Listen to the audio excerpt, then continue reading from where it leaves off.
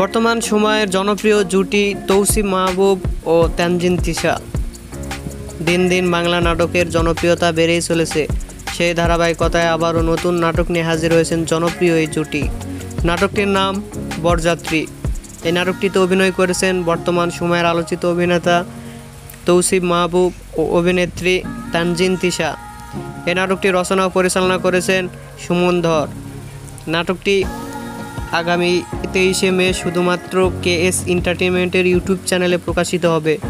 আপনারা দেখতে চাইলে অবশ্যই KS এন্টারটেইনমেন্টের ইউটিউব চ্যানেলে চোখ রাখুন এবং নিয়মিত নাটকের আপডেট পেতে চ্যানেলটিকে সাবস্ক্রাইব করে রাখুন। তৌসিফ মাহবুব ও তানজিন তিশার নতুন নতুন নাটকের আপডেট পেতে হলে অবশ্যই চ্যানেলের পাশেই থাকুন।